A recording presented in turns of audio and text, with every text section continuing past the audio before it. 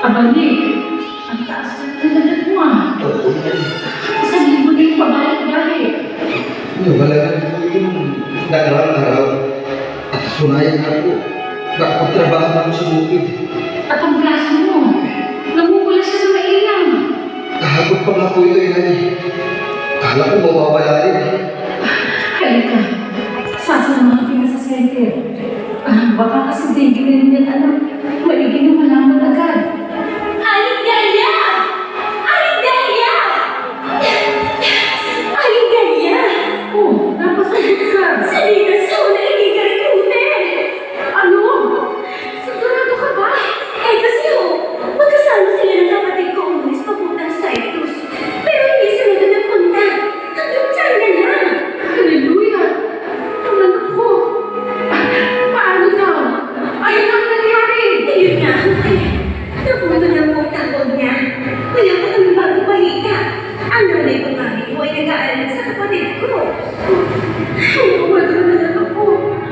Wala ko namang alam yung sa kahit anong lugar. Hindi galing na kayo Maynila. China pa. Pagnoon, ang kapatid ko. Nick! Ano yan? Bakit nabubutin mo? Inay. Inay. Tulungan niyo ako! Dahil natin siya sa ospital!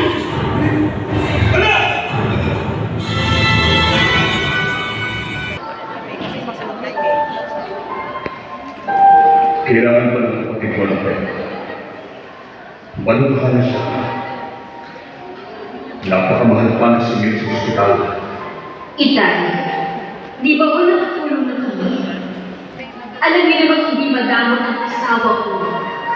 Pero nakakahiya naman kung ipapasagot natin sa kanya ang lahat ng gastos.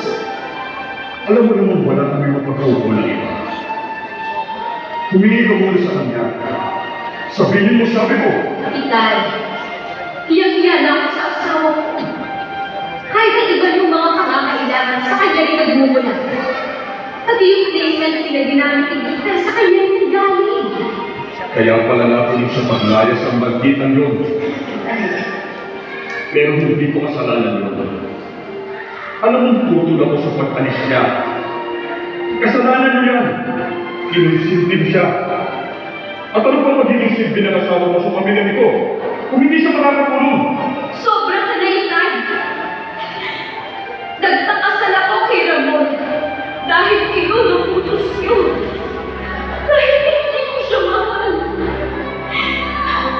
Pinobyo ako, pero iniwan ko para sa inyo. Kaya huwag naman magmula sa bibig ninyo na ipinain lang ko kay Ramon dahil sa pera. Anong sinabi mo? Sige, Itay. Alam kong lahat ng ginagawa ko ay makakabuti sa inyo. At yun ang tama. Binata siya at puhod ng yaman. Hindi mo nga kailangan gamitin ang profesyon mo. Kung hindi kita'y pinakasal sa kanya, tingin mo ba'y magiging guro ka? Wala kang marangyang buhay. Wala kang sasakyan. Wala kang malaking bahay. Wala lahat ng luho mo. Dapat din magpasalamat ko sa akin. Oo, Itay. Ang lahat ng iyon ay dahil sa pera ng manugang niyo na halos kasing tanda niyo na. Pinagtitiisan ko yun dahil sa iyo yung sinabi niyo tama. Ngayon, kung gusto niyo, kayo na lang ang humingi ng pera sa kanya. Pero kung hindi niyo rin kaya, kayo pala ay maghanap na po kayo na mapagpiprendahan ng lupa niyo. Clarissa, hindi maaaring isandaan lupa ko. Itay! Hindi pwede. At anong gagawin niyo kay Nick? Hahayaan niyo siyang ganyan? Hindi mo alam ang pinagdaanan ko kapalit ng lupang yan. Dugo at pawis na yung pinuhunan ko. Kani-kanino ko nagpalipin. Tinis ko kahit nagtatrabaho ko parang hayop alat-alat sa perang inilipon ko. para mabawi ko ang lupa ni Inay. Para sa pamamagitan namin, ay mabigyan ko siya ng kaaliwan. Pero, hindi na nalagay. Dahil ginupulas siya ng karamdaman sa sobrang pangungulina niya ng Itay. Kaya ipinangako ko sa puntod ng aking ina na babawiin ko ang lupa niya. Alam ko po. Pero, Tay, bahala na po kayong gumawa ng paraan. Total naman, kayo ang nakakaalam ng mabuti, di ba? Kaya nga, wala kayong dito si Titas at si Madrid at nagtatay ng silip. Dahil kaya ayusin ang lahat.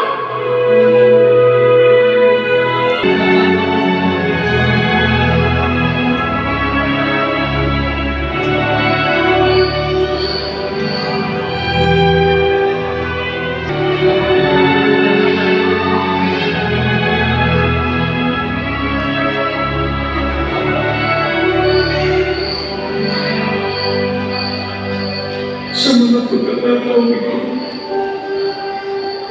iyong igawad ang iyong makapangyarihang kamay. Ipagkaloob mo sa Kanya ang kagalingan. Hallelujah! Sa karapatang tinanggap ko sa Panginoon, sa pamamagitan ng Kanyang apostol sa Iglesia, aking sinasaway ang karamdaman ito sa pangalan ni Jesus sa taga-Nazaret. Hallelujah! Ang Diyos, maraming salamat po. Aming inangkin na iyong iginawad na ang kagalingan sa iyo. Salamat po sa pangalan ng aming Panginoon Jesus. Amen. Sister Delia, sa mga ganitong pagkakataon, dapat lalo nating panghiwakan ang magagawa ng Diyos. Ang mga pagsubok ay bahagi lamang ng buhay natin bilang Kristiyano. Hindi upang ilugmok tayo, kundi upang bigyan tayo ng pagkakataon mapatunayan ang kapatiyan at ang kapangyarihan ng Diyos. Pastor, simula nang makakilala ako sa Diyos, naging karanasan ko ang pagtulong niya. Mapit ang Diyos, Sister Delia. Aalalahanin niya ang lahat ng inyong pagkakataon. Lilingapin niya ang bawat patak ng ating mga. Ngayon ay panahon na ng kawakasan ng mga lahat. Napakalapit na ng tuloy pagparito ng ating Panginoon. Saglit na lamang ang ating pagtitiis. Kaya higit kang magpakatibay mo sa paglilingkod.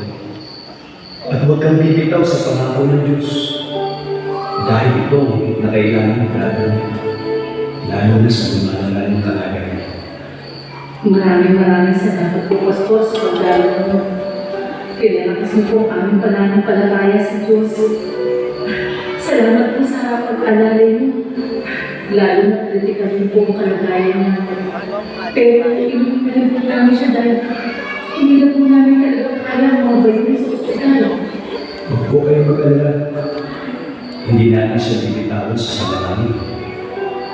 Paano po sa surgery? Babalik na po ako sa akin.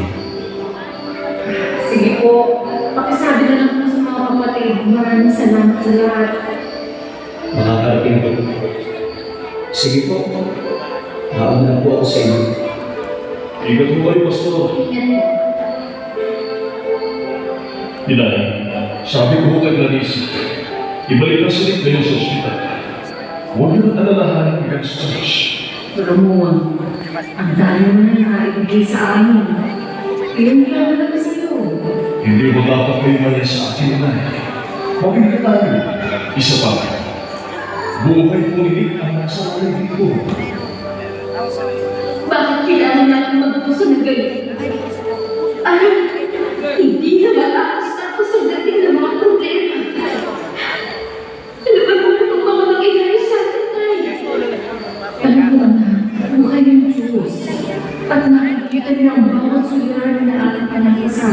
Yun na nga nagiging naman kayo sa Diyos. Bakit kailangan mong magkasakit si Nico? Hindi ko maunawaan. Para bang pinabayaan ng Diyos na mag-alala siya? Anak, may mga bagay na hindi na natin kailangan ng mga inabigyan. Hindi ko manungyaman ng Diyos. Inay, paano niyo ba nakikita ang mabuti? Sa gitna ng napakasamang pangyayari ito. Janisa,